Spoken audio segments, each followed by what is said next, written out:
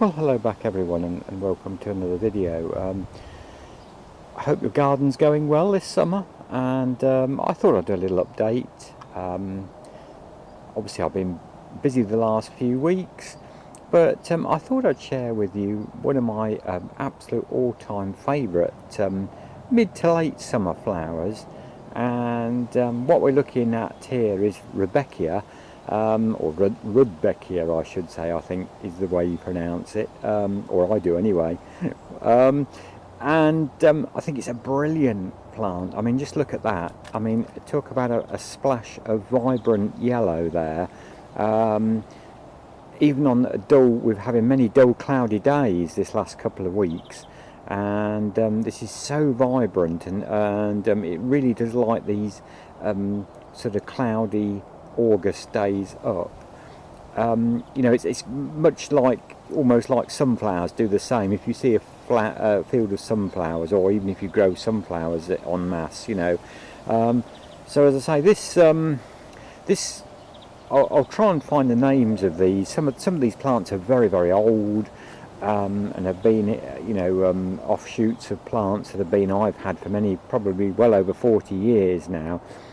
This is a perennial Rudbeckia, and obviously, you know, does well for a number of years. And if you divide it up and keep it fresh, you know, you often find it kind of dies out in the middle of a bit, but if you keep it fresh and keep moving it about a bit, it'll do in a perennial bed or border for many years. And as I say, it goes on flowering, and this will flower now on and off right until the first frosts. It's very windy again today, so my apologies if there's some wind noise on this. I'm sure there will be. It never hardly, here where we are, we're on the side of the valley, and we don't get many still days.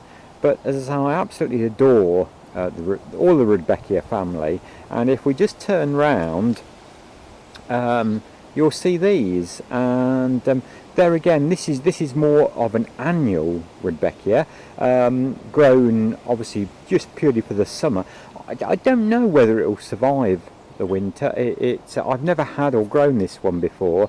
There again, I'll try and find the name and put it up in print. Gorgeous. This has been flowering like this since well, since the middle of July, and if we come round, you know, it's a real splash of sort of what you call rustic colours, I believe, there, you know, along with some yellows, and as I say, when the sun gets on them, they are absolutely splendid, and well worth a space in any garden. And they do suit a small garden. As I've said before, this is a very small garden here where I am, and you can find a space for these absolutely anywhere. So if we have a look on, now these are very interesting. There again, another Rudbeckia, and here we have a dwarf. There again, this is new to me, grown as an annual this year, and a dwarf kind of Rudbeckia. It's I think I don't like slug pellets or any, you know, unless I absolutely have to. I'll get it out in a minute.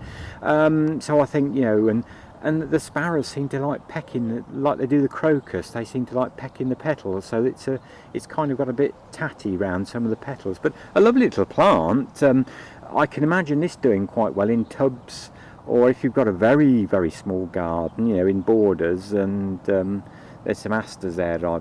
Asters don't seem to be grown so much these days, do they? I've grown those from seed, and there again, they do take a long while. When you think those were set in March and they've only just come out in flower, probably why, you know, they are an August flowering annual. So there's that's a mini or dwarf Rudbeckia, and I do like that. I shall certainly be growing that again. I didn't have many plants of this one. But so we'll move on anyway.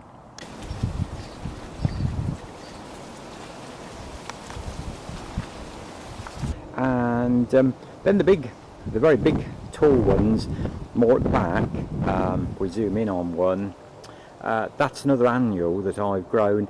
You may remember I did a little a video earlier on in my greenhouse when I was actually pricking some out, and those are those are the ones. A very cheap packet of seeds they were, and they've done really well. I've got some in other locations, and there again there's one or two more of the rustic coloured ones, like this. I used to call those rustic dwarf. That's a very well known variety that you might like to grow as an annual. Obviously set them in March, if you can, under a bit of heat, and then grow them on and hard them off and set them out at the end of May. They do really well. As I said, they're such a vibrant yellow. I just absolutely adore them. We'll move around because I've got another new variety that I've grown this year. I only had 5 plants of these, so I'll go and show you those. Now there again, these are very, very different, and these were bought as 5 plug plants. I believe this is a new variety. There again, I'll try and find out the name of it and put on in text. I don't remember the names of these things when I buy them.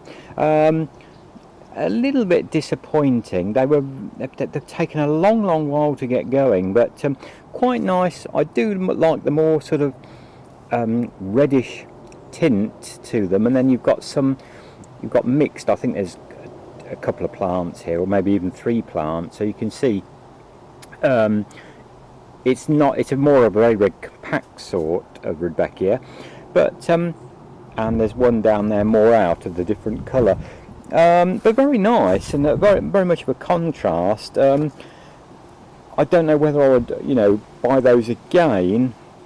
I think the trouble is you do need a lot of these, and then obviously if you're buying plug plants like they were, it gets very expensive. Whereas those massive yellow ones, from I think it was a very cheap packet of seeds I bought on eBay for I think either 50 or 75 pence.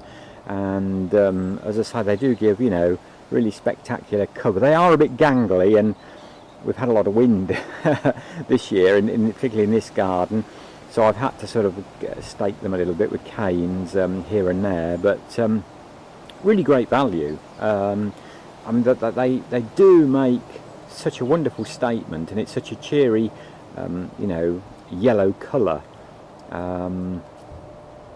There's another one of those newer plants I was just showing you a few minutes ago or earlier, the plug plants I bought, this reddish yellowish tingy one, and there again that is 1 plant, as I say, so it is very much more of a dwarf kind of Rudbeckia, that is definitely, but nice nonetheless, and very unusual. I'd never seen that sort of combination. So that's a couple of new ones that I've been trying this year, and I certainly do like the dwarf little yellow ones. And as for the rest of my annuals, well, they've performed really well again. I'm being delighted, considering we've had quite a lot of heavy thunderstorms. We had some really quite bad hail here in July, and had a lot of wind, and over there you can see my pink and purpley kind of border there, and with the Nicotiana and the very old-fashioned tall petunias. There again, all that you can see there, including what's in the tubs, has been grown from seed in the greenhouse, and so for the cost of that, it's given a wonderful show again this summer, and I'm delighted. Obviously, when you're growing annuals, they do take a lot of watering and looking after, and the petunias really need deadheading when they get wet, and they go a bit soggy, the flowers, and you best to come out and take the old flowers off, and that does keep them going a lot longer. So there again we can see some Rudbeckias. The ones on the end there are the ones from seed, and then we've got another row of the perennial Rudbeckias at the back there, which are looking absolutely splendid again with the bright yellow, and then my annual bed in front, which has done particularly well. This is now coming up to the middle end of August, so it's been flowering now since June, so I'm delighted. We have some more Rudbeckia over there. They're the annual ones that I've grown from seed. if we zoom in, they're very colourful again, and some asters and bedding dahlias, and more asters, pink little asters, they're dwarf asters, and I've been delighted with how well things have done again this year. Not been an easy year, after a very cold early spring, but as I say, the Rudbeckias certainly are a plant for any garden, and they're certainly sure to cheer you up with the bright yellow certainly on these dull summer days, I should say. I nearly said winter days, and the tubs there have also done remarkably well. I think the only things I didn't grow in there are the geraniums and begonias. Everything else comes from seed there in those tubs. And as I say, we've got some nice petunias there, and as I say, I'm delighted how well the annuals have done. And then this bed here, which has got very, very windswept now, but I've got some dahlias at the back there, which obviously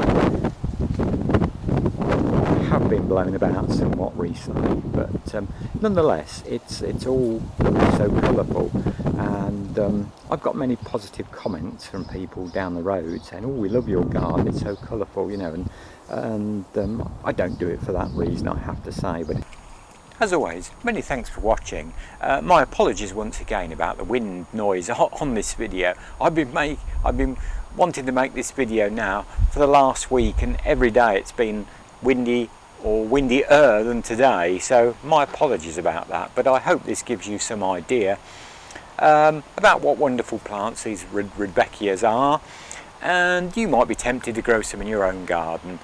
Very easy. They'll don't mind any sort of soil. This is quite a heavy wet clay soil underneath, and they don't object to that. They don't even mind drying out a little bit. They do like a little bit of moisture in the soil, and so they may need just occasionally watering in the summer, but I think they will tolerate a certain amount of drought as well, some of the different varieties. So certainly worth a look. And as always, many thanks for watching these videos. Please do think about subscribing. It really does help us smaller channels and trying to get these channels to grow. And please like and comment, and I look forward to seeing you in a future video. And as always, good gardening.